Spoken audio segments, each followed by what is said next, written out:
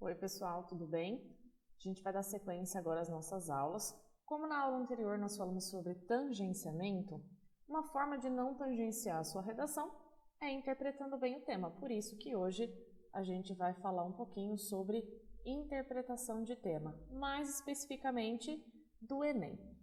Cada banca estrutura a prova de redação de uma forma, inclusive os seus temas. Então, a gente vai fazer essas interpretações depois separadas para outros vestibulares também, mas primeiramente vamos começar com o Enem e aí depois a gente faz outras aulas com os outros modelos de banca também, tá bom? Então, olha só, vou colocar aqui para vocês, esse aqui foi o tema do Enem do ano passado, sobre o registro civil. E aí, a primeira coisa, a ordem que eu coloquei aqui é a mesma que aparece para vocês na prova. O que acontece? Primeiro aparecem os textos motivacionais e lá no finalzinho aparece o tema. Uma dica, já para começar.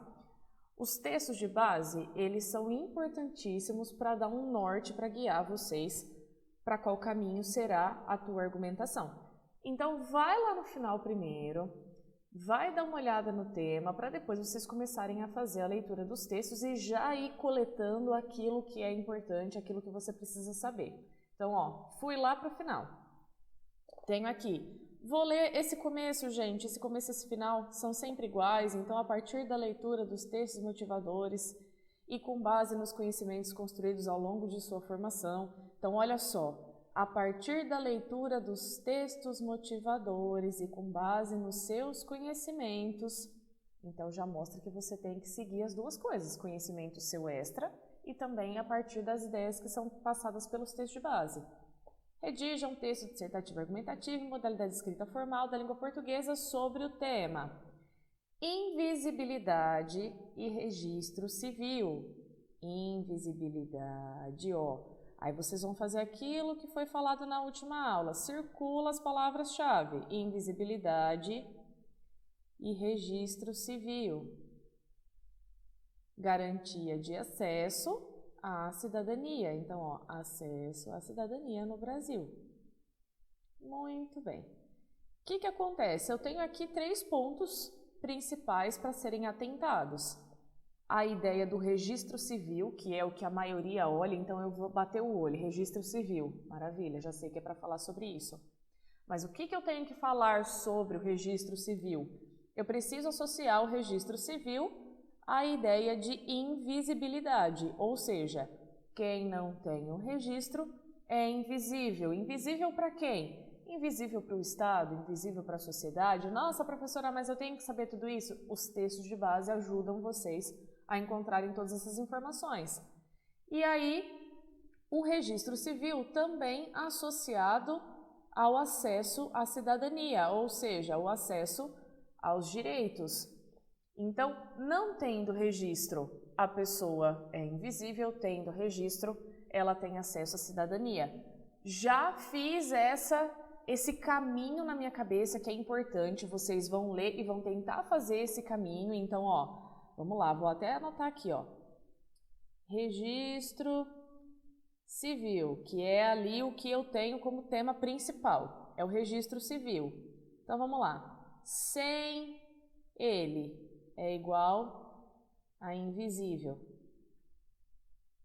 Depois, com ele é igual a acesso aos direitos. Gente, a base de interpretação do tema já está construída. A partir do momento que você circulou essas palavras-chave, você tem que fazer essa relação que faça sentido na tua cabeça. Depois, começa a ler os textos de base. Vou voltar lá no primeiro. Então, vamos lá. Toda sexta-feira, o ônibus azul e branco, estacionado no pátio da Vara da Infância e da Juventude, na Praça 11, centro do Rio, sacoleja com um entra e sai de gente a partir das 9 horas. Do lado de fora, nunca menos de 50 pessoas, todas pobres ou muito pobres, quase todas negras, cercam o veículo, perguntam, sentam e levantam, perguntam de novo e esperam sem reclamar o tempo que for preciso. Adultos, velhos e crianças estão ali para conseguir o que no Brasil é oficialmente reconhecido como o primeiro documento da vida? A certidão de nascimento. Então, já tive aqui algumas informações.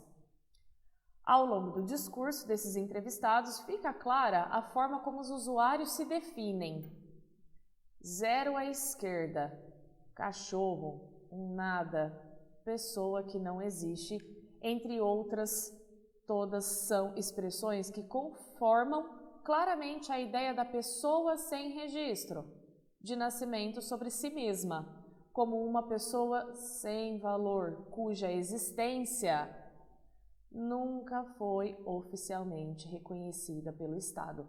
Olha só, vamos supor que a pessoa ficou completamente perdida. Ai, não sei o que é registro civil. Maravilhoso. Aqui já tem um panorama que esclarece tudo. Já tem aqui, ó, o público que é atingido. Vocês viram? Já tem o público que é atingido. Pobres, muito pobres, quase todas negras, adultos, velhos, crianças. Então a idade não importa, mas nós temos uma classe social que tem esse problema do registro civil. Aqui nós já temos a visão que a própria pessoa tem por não ter o registro. Então a visão da própria pessoa, deixa eu colocar um dá aqui, a visão da própria pessoa. Como que ela se enxerga? Ela se enxerga como um nada. Então, olha só como já vai clareando. Ah, maravilha, registro civil, quem não tem? Tá, é a classe mais desfavorecida economicamente.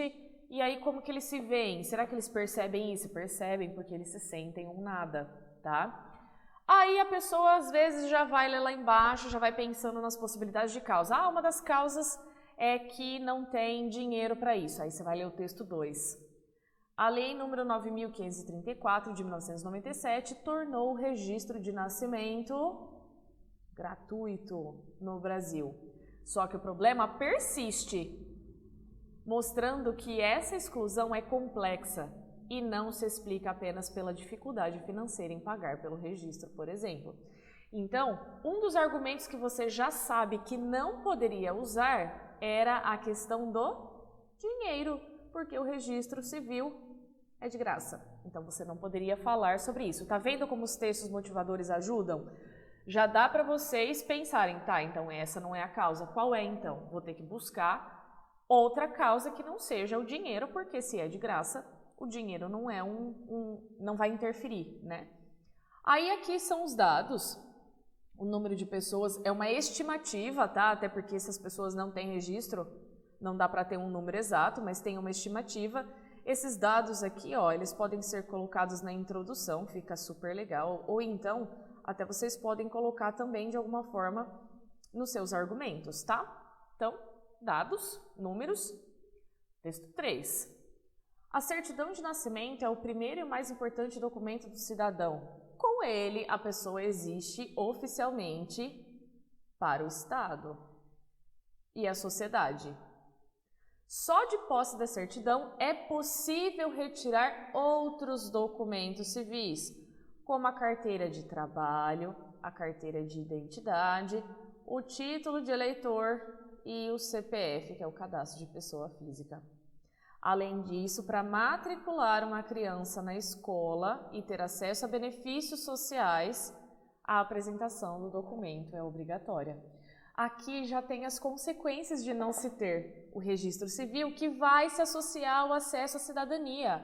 Ó, isso tudo aqui ajuda vocês a enxergarem a ideia do acesso à cidadania. Cidadania. Desculpa, gente, de vez em quando eu como as palavras mesmo, tá? Então, olha só, já dá para ver. A pessoa com outros documentos, se elas não tiverem registro, elas não conseguem ter um trabalho. Trabalho elas têm, mas elas não vão conseguir ter um trabalho formal, né? Não vão conseguir ter os benefícios que uma carteira assinada traz.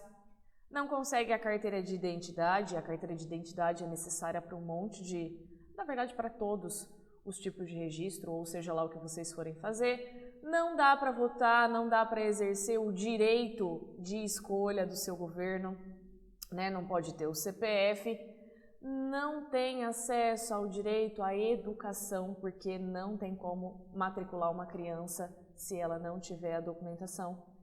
Outros benefícios sociais, por exemplo, a saúde.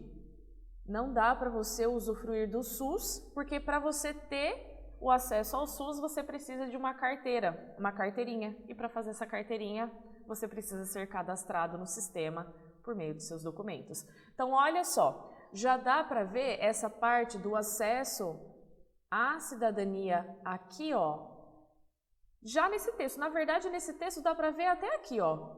Nesse pedaço aqui está falando sobre a invisibilidade, porque está falando que você só existe oficialmente para o Estado e para a sociedade se você tiver o seu documento, senão não vai ter como, tá?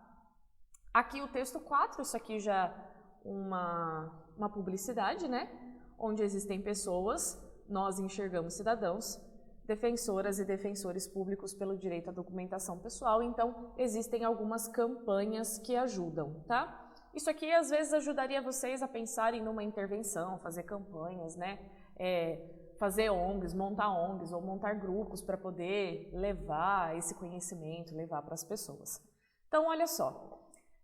Uma forma, além de fazer esses círculos, é você, então, analisar direitinho como é que você vai interpretar esse tema, fazer a associação entre essas palavras-chave que você circulou e você vai fazendo a leitura do texto, já grifando o que tem de importante e também fazendo a associação com as palavras-chave que você tem ali embaixo, tá?